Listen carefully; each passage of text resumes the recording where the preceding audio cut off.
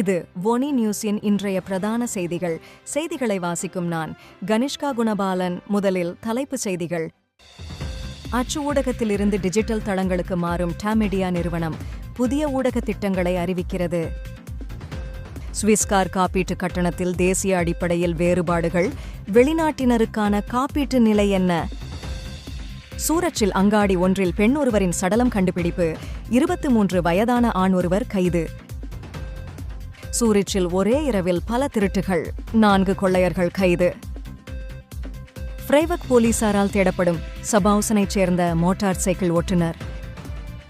Swiss வானில் தோன்றிய மஞ்சள் நிற மர்ம பொருள், சிவில் பாதுகாப்புத்துறை நிபுணர்களின் விளக்கம். தொடர்வன விரிவான செய்திகள். இன்றைய செய்திகளுக்கான பிரதான அனுசரணை வழங்குபவர்கள் சுவிட்சர்லாந்தில் இந்திய கலாச்சாரத்துடன் கூடிய அத்ரியானா ரெஸ்டாரண்ட். உங்கள் சிறப்பு நிகழ்வுகளை கொண்டாட திருமண விருந்து, பிறந்தநாள் பார்ட்டி அல்லது கார்ப்பரேட் விழாக்களுக்கான இந்திய உணவுகளை பரிமாறுகிறோம். இங்கே தரம், சுகாதாரம் மற்றும் சுவைக்கு மிகுந்த முக்கியத்துவம் கொடுத்து உங்களுக்கு ஆரோக்கியமான, மனநிறைவு தரும் உணவுகளை வழங்குகின்றோம்.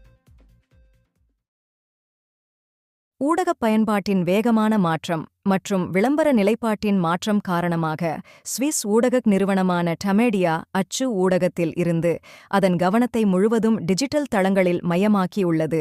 இதன் காரணமாக டமீடியா நிறுவனம் தனது பணியாளர்களின் 10% அதிகமானவர்களை நீக்க திட்டமிட்டுள்ளது மற்றும் சுவிஸில் இருக்கும் 3 அச்சு ஆலைகளில் 2 மூடப்பட உள்ளன.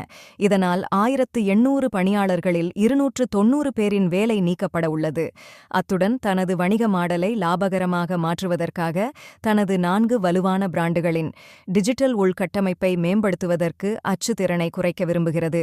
டமீடியா நிறுவனம் அதன் அச்சு ஊடகம் தொடர்ந்து செயற்படும் என்று கூறினாலும் புசிங்னி மற்றும் ஜுரிக் நகரங்களில் உள்ள அச்சு ஆலைகள் முறையே 2025 மார்ச் மற்றும் 2026 முடிவில் மூடப்பட உள்ளன. இச்செயற்பாடுக்கு விளம்பர சந்தையில் ஏற்பட்டுள்ள மாற்றங்களும் முக்கிய பங்களிக்கின்றன.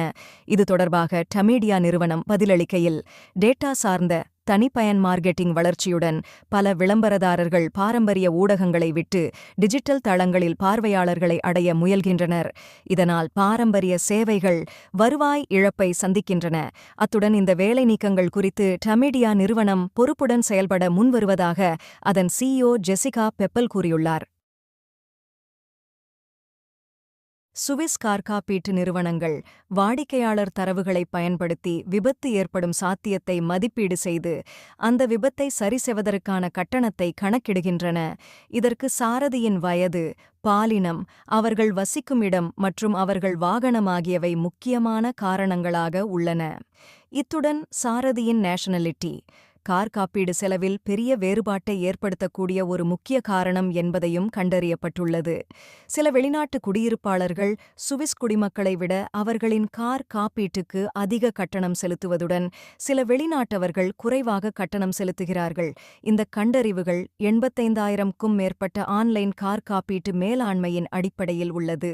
இது எல்லா வெளிநாட்டினருக்கும் மோசமான செய்தியாக இல்லை. ஜெர்மனியர்கள் மற்றும் UK குடியிருப்பாளர்களுக்கு சுவிஸ் குடியிருப்பாளர்களைக் காட்டிலும் 1.2% குறைவான கட்டணம் செலுத்தப்படுகின்றது.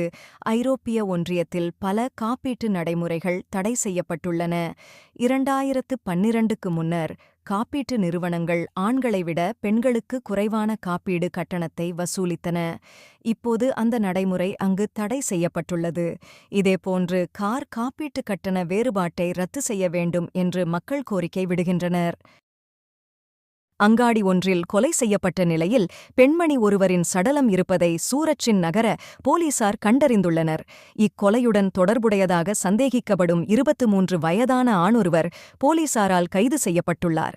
போலீஸ் அதிகாரிகள் மாவட்ட மாறில் உள்ள ஒரு அங்காடியில் ரோந்து பணியில் இருந்தபோது அவர்கள் பெற்ற புகாரின் அடிப்படையில் அங்கு 38 வயதான ஒரு பெண்மணி கொலை செய்யப்பட்டதற்கான அடையாளங்களை காட்டும் வகையில் சடலமாக இருப்பதை கண்டறிந்துள்ளனர். சூரச்சின் நகர மற்றும் மாநில போலீசார்களால் மேற்கொள்ளப்பட்ட விசாரணையின் அடிப்படையில் 23 வயதான நபர் ஒருவர் கொலையுடன் சம்பந்தப்பட்டவர் என கருதி கைது செய்யப்பட்டுள்ளார். சந்தேக நபர் கொலை குற்றத்துடன் சம்பந்தப்பட்டவர் என்பதனால் நீதிமன்றத்திற்கு சரியான ஆவணங்களை சமர்ப்பிக்கும் வரை போலீசாரின் தடுப்பு காவலில் வைக்கப்பட்டுள்ளார். இக்கொலையின் பின்னணி என்ன என்பது தொடர்பான மேலதிக விசாரணைகளை சூரஸ் நகர போலீசார் மேற்கொண்டு வருகின்றனர். கடந்த சில நாட்களாக சூரஜ் நகரில் பல திருட்டு சம்பவங்கள் நடைபெற்றுள்ளன. சூரஜின் நகர போலீசார் ஒரு கார் கொள்ளையனையும் 3 திருடர்களையும் கைது செய்தனர். சூரஜ் நகர போலீசார்களுக்கு மாவட்டம் 4இல் ஒரு பயணப்பை திருடப்பட்டது என்று புகார் அளிக்கப்பட்டது. இப்புகாரின் அடிப்படையில் மேற்கொள்ளப்பட்ட தேடுதல் நடவடிக்கையில் 22 வயதான ஆப்கான் நபர் ஒருவர் சந்தேகத்தின் பேரில் கைது செய்யப்பட்டார். மற்றும் சில மணி நேரங்களின் பின் டாக்ஸி டிரைவர் ஒருவர் வழங்கிய தகவலின் அடிப்படையில் ரயில்வே நிலையத்தில் திருடப்பட்டதாக கூறப்படும் பயணப்பையையும் திருடியவர்களையும் குறிப்பிட்ட ஒரு பகுதியில் வைத்து போலீசார் கைது செய்தனர். இதன்போது கைது செய்யப்பட்டவர்கள் 24 மற்றும் 23 வயதை உடையவர்கள் எனவும் இவர்கள் மேலதிக விசாரணைக்காக போலீஸ் நிலையத்திற்கு அழைத்துச் செல்லப்பட்டார்கள் எனவும் தெரியவருகின்றது. மேலும் அதே நாளில் மாவட்டம் 10இல் ஒரு கார் கொள்ளை குறித்து கிடைக்கப்பட்ட தகவலின் அடிப்படையில் 28 வயது உடைய மற்றுமொரு நபரும் அன்றைய தினம் கைது செய்யப்பட்டு மேலதிக விசாரணைக்காக போலீஸ் நிலையத்திற்கு அழைத்துச் செல்லப்பட்டார். ஃப்ரைவக் போலீசாரால் தேடப்படும் சபவுசனைச் சேர்ந்த மோட்டார் சைக்கிள் சாரதி தெற்கு ஜெர்மனியில் 44 வயதையுடைய நபர் ஒருவர் மோட்டார் சைக்கிளில் விபத்துக்குள்ளாகி உயிரிழந்துள்ளார். இச்சம்பவத்துடன் தொடர்பு பட்டிருக்கலாம் என சந்தேகிக்கப்படும் சபவுசன் நகருக்கு சொந்தமான இலக்கத் தகடு பொருத்திய மோட்டார் சைக்கிள் சாரதி ஒருவரை போலீசார் தேடி வருகின்றனர்.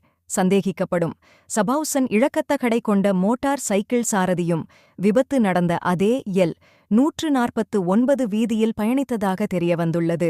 விபத்துக்குள்ளான குறித்த நபர் பிராக் நகரிலிருந்து வெர்னாவ் நோக்கி பயணித்துக் கொண்டிருந்த வேளையில் அறியப்படாத காரணம் ஒன்றினால் சாலையை விட்டு விலகி இடதுபுற வளைவில் காணப்படும் சாலை தடுப்பின் மீது மோதி விபத்துக்குள்ளாகியுள்ளார்.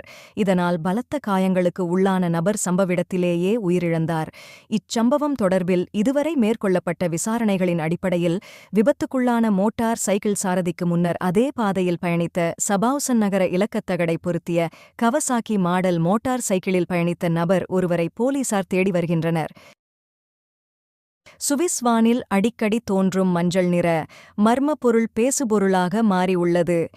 இந்நிலையில் சிவில் பாதுகாப்புத் துறையின் நிபுணர்கள் வானில் மஞ்சள் நிறத்தில் மின்னும் இந்த பொருள் சுவிட்சர்லாந்தின் மேற்கு வானிலுள்ள ஒரு ஸ்டார்லிங்க் செயற்கைக்கோள் என தெளிவுபடுத்தியுள்ளனர். ஜெர்மனி அரசின் விண்வெளி நிலைப்பாட்டு மையம் சிவில் பாதுகாப்புத் துறையினருக்கு இத்தகவலை வழங்கியதாக தெரியவருகின்றது. இந்த ஸ்டார்லிங்க் செயற்கைக்கோள் எனப்படுவது எலோன் மஸ்கின் விண்வெளி நிலையமான ஸ்பேஸ் எக்ஸிற்கு சொந்தமானதாகும் மற்றும் எங்கேயும் வேகமான இணையத்தை வழங்கும் வகையில் வடிவமைக்கப்பட்டது. இது பாதுகாப்பிற்கு எவ்வித ஆபத்தையும் ஏற்படுத்தாது என்றும் அந்நிறுவனம் கூறுகின்றது. நீங்கள் இதுவரை கேட்டது ஒனி நியூஸின் இன்றைய பிரதான செய்திகள். மேலும் இதுபோன்ற செய்திகளை தொடர்ச்சியாக அறிந்து கொள்ள ஒனி நியூஸுடன் இணைத்திருங்கள். வணக்கம். ஒனி ஆப்புக்கு வரவேற்கின்றோம். உலகம் முழுவதும் உள்ள தமிழர்களை இணைக்கும் ஒரு தமிழர் தளம். உங்களுக்கு அருகில் நடைபெறும் கலாச்சார நிகழ்வுகளை காணவும் உலகெங்கிலும் உள்ள தமிழ் மக்களுடன் உங்கள் நெட்வொர்க்கை விரிவாக்கவும் தமிழ் கலாச்சாரத்தின் பரந்த மரபுகளை அறிந்து கொள்வதுடன் செய்திகள், அருகில் உள்ள வியாபார நிலையங்கள், நாணய மாற்று வீதங்கள் மற்றும் உலகம் முழுவதும் உள்ள தமிழர்களை ஒன்றிணைக்கும் வகையில் பல்வேறு அம்சங்கள் உள்ளன. இது நமது அற்புதமான வரலாற்றையும் கலாச்சாரத்தையும் கொண்டாட ஒரு இனிமையான இடமாக இருக்கும். இப்போதே ஒனி ஆப்பை பிளே ஸ்டோர் அல்லது அப் ஸ்டோரில் டவுன்லோட் செய்யுங்கள்.